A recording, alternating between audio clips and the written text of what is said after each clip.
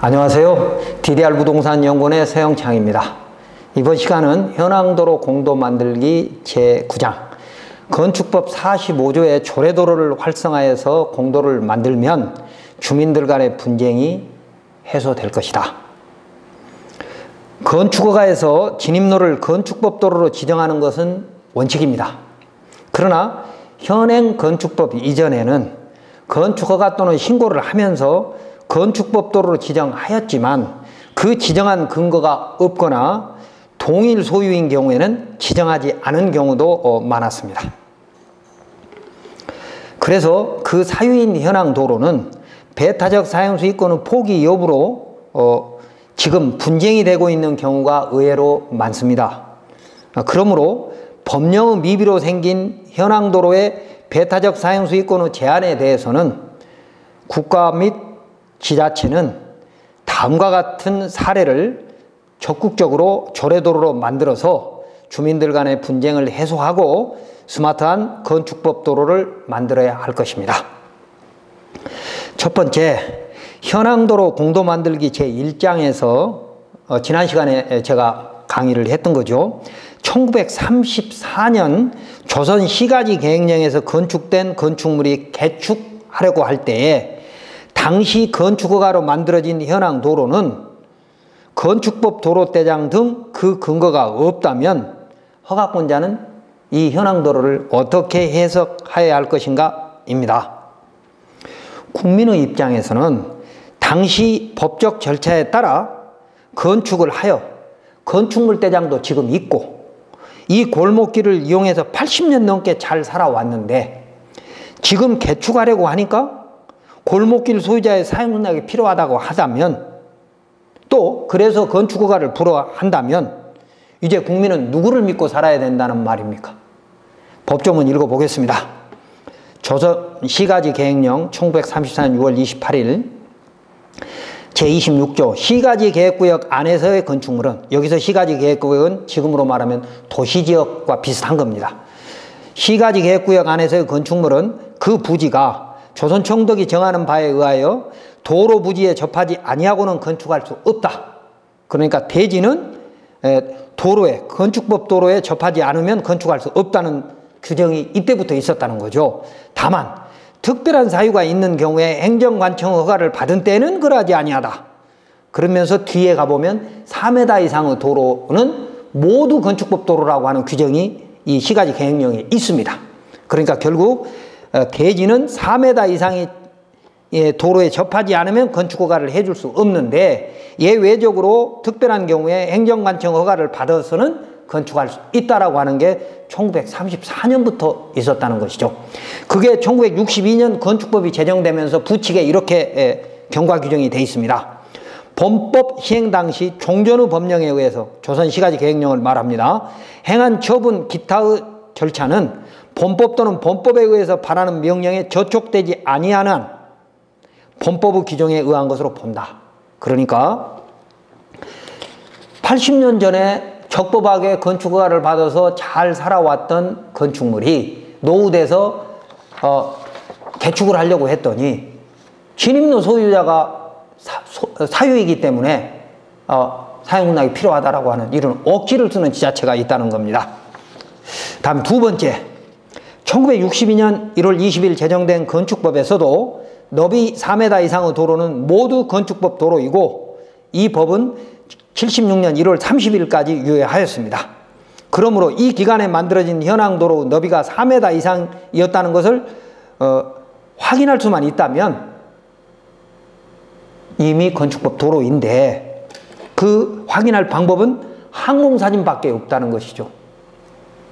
지난 수십 년 동안 합법적인 상태로 살아왔는데 지적이 변경돼서 성실히 살아온 국민에게 불이익이 있다면 이것은 국가 및 지자체가 국민을 위해서 해결하지 않고 왜 연약한 국민에게 법령의 미비를 슬그머니 떠미는지 국토부에 묻고 싶습니다.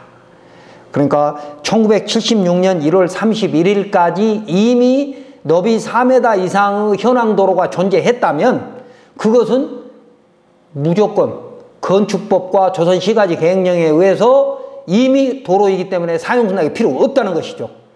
사유라도. 그런데 76년 1월 31일까지 당시에 이미 있었냐 없었냐는 항공사진으로밖에 확인할 방법이 없잖아요. 그 사이에 확장도 되고 변경도 되고 축소도 되고 현황도로들이 그렇게 됐을 수도 있으니까 말입니다. 그래서 이런 부분들에 대해서는 국가 및 지자체가 적극 나서줘야 되는데 지금 허가를 넣는 사람한테 이 책임을 전부 떠밀고 있다는 것이죠. 이건 잘못된 거 아닙니까? 다음 세 번째, 1981년 10월 8일 전에는 건축허가 시 건축물 진입 도로를 건축법 도로로 지정하면서 그 근거를 도로대장에 남기지 않았습니다. 왜? 당시에는 도로관리대장이라는 것이 명확하게 없었던 것이기 때문에. 81년 10월 8일 이후에는 법정 양식이 또 상당 기간 동안 없어서 건축 허가 때마다 만들어진 지자체 도로관리대장 보관 상태는 1994년까지는 부실했습니다.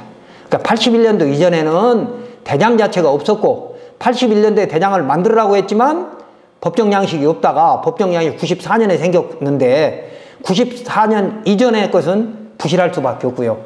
94년 이후에도 건축법 도로로 지정하지 않았으면 대장에 남아있지 않겠죠. 이때도 지자체가 건축법 도로로 지정하면 현황도로 소유자가 이의를 제기하지 않았으므로 소방도로 수준의 도로 확보에만 급급했고 사유인 현황도로의 배타적 사용 수익권은 포기 또는 제한된 근거를 남기는 데는 소홀해서 지금 국민 간에 분쟁이 생기고 있는 겁니다. 그러니까 지자체 또는 지자체가 88년에 지자체로 내려오기 전에는 상급기관이 이런 허가를 관장했으니까 그때 허가를 하면서 소방도로 수준의 도로 확보에만 급급했지 건축허가를 했다거나 또 건축허가 때 사용락을 첨부한 근거 서류들이 없다는 것이죠. 그래서 이런 문제 때문에 생기는 주민 간의 분쟁을 왜 지자체가 국민한테 떠미느냐는 겁니다. 적어도 국토부와 지자체가 적극 나서서 해결할 수 있는 데까지는 해결을 하고 또 지자체도 해결할 수 없는 부분은 어쩔 수 없이 법원으로 보내거나 아니면 허가 신청자인 국민한테 책임을 미룰 수 있습니다. 그런데 국토부와 지자체가 충분히 검토할 수 있는 것을 지금 안 하고 있다는 겁니다. 이런 자세한 설명은 10장에서 설명하겠습니다. 다음 네 번째, 1992년 6월 1일부터는 건축허가는 물론 건축 신고 건축물도 그 진입로를 건축법 도로로 지정하였습니다. 그러므로 타인의 현황도로를 이용해서 건축허가를 받으려면 그 소유자의 사용승낙을 받아서 건축허가를 신청하였고 허가권자는 이 현황도로를 건축법 도로로 지정해서 건축법 도로관리대장을 만들어야 했던 것이 원칙입니다. 그러나 원칙에서 어긋난 예외가 너무 많습니다. 그런데 그 원칙에 벗어난 지자체장이 지금 와서 허가 신청하려는 연약한 국민한테 모든 책임을 떠민다는 건 이건 일종의 직무유기일 수도 있습니다. 다음 다섯 번째, 1999년 5월 9일 건축법이 개정돼서 허가권자가 건축물의 진입로를 건축법 도로로 지정하면 반드시 공고했어야 됩니다. 건축법 도로. 그러니까 99년 5월 9일 이후에는 지정된 것은 공고됐을 거라고 우리는 믿어야죠. 그래서 공고문을 99년 5월 9일 이후에 건축허가는 공고문을 찾아봐야 할 것이고 건축법 45조 1항 단서 2호에 의해서 현황도로 소유자의 동의 없이 조례도로로 지정할 수 있는 근거가 99년 5월 9일 처음 만들어졌던 겁니다. 그러나 이후에도 개발행위 허가 등으로 만들어진 현황도로가 있다면 그 현황도로를 건축법 도로로 지정하지 않고 보행과 자동차 통행이 가능한 통로만 있으면 건축허가를 하기도 했고 동일 소유자이면 지정하지 않은 경우도 있어서 지자체, 전국의 지자체의 건축법 도로에 대한 일관된 또 여러 가지 복잡한 어떤 재량권들을 주었기 때문에 복잡한 상황에 대한 재량권을 주었기 때문에 전국의 지자체가 불평등, 불공정할 수밖에 없습니다. 우리 국민의 입장에서 봤을 때는 말입니다. 그런데 지금 분쟁이 생기니까 이런 법령의 미비 또는 법령의 상충 등을 국민에게 책임을 떠밀고 있다는 것입니다. 다음 6번째, 2006년 5월 9일부터는 모든 건축물은 허가 또는 신고를 받게 되어 있습니다. 그 전에는 비도시 지역의 건축물의 경우, 즉 2006년 5월 8일까지는 비도시 면지역이 아니라 비도시 지역입니다. 도시 지역이 아닌 비도시 지역에는 200제곱미터 미만 2층 이하의 건축물은 사전에 건축 신고 절차를 없이 농지 전용 신고 등 형질 변경 신고만 하고 건축을 먼저 한 후에 건축물 대장을 신청하던 시절도 있었습니다. 이 제도는 1962년 건축법이 제정될 때부터 있었기 때문에 당시 비도시 지역에서 건축법 도로 지정 없이 건축된 건축물의 통로는 이제 애매한 상태가 되었습니다. 특히 비도시 지역이 도시 지역으로 편입된 경우, 비도시 지역이 도시 지역으로 상향된 경우에는 이런 모든 불이익을 국민이 책임져야 되는 상황이 됐다는 것이죠.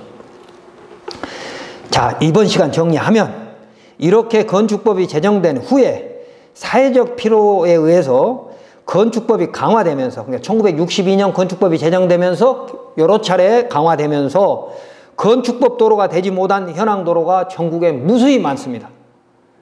그러나 이런 현황 도로를 건축법 도로로 사용할 수 있도록 지자체가 만들어 줘야 하는 거 아닙니까?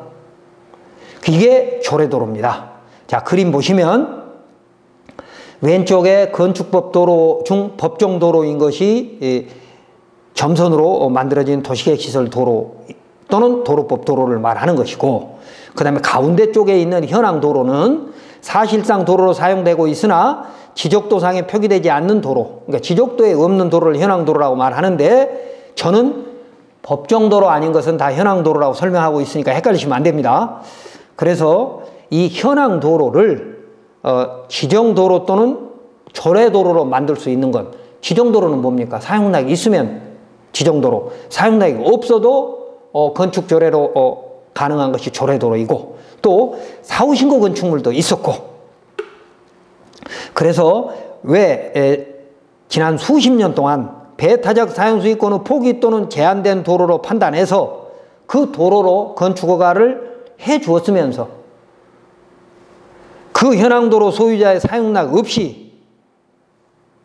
없으면 지금은 안 된다고 슬그머니 사용락을 요구하는가? 이건 잘못이라는 겁니다. 그러니까 지난번에는 이미 기존의 건축물에 대해서는 틀림없이 정개축이 자유롭게 할 수 있도록 기존 건축물의 특례에 규정해 줘야 합니다. 이렇게 배타적 사용수익권의 포기 또는 제한이 명확하지만 그 근거가 없는 도로는 지자체가 지금이라도 건축법 조례도로를 서둘러야 합니다. 왜 새롭게 건축허가를 받으려고 하는 연약한 국민에게 그 책임을 떠미는 것인지 이해할 수 없습니다. 또한 국토부는 지자체가 이런 현황 도로를 건축법 제45조에 의한 조례도로로 지정할 수 있도록 업무 지침을 제정하고 교육을 실시하여야 하며, 예산도 지원해서 지자체가 국민을 위해서 선제적으로 건축법 조례도로를 만들어서 많은 현황도로가, 배타적 사용수익권이 제한된 많은 현황도로가 건축법 도로가 될 수 있도록 국토부가 일선 지자체를 적극 지원해야 한다는 것입니다.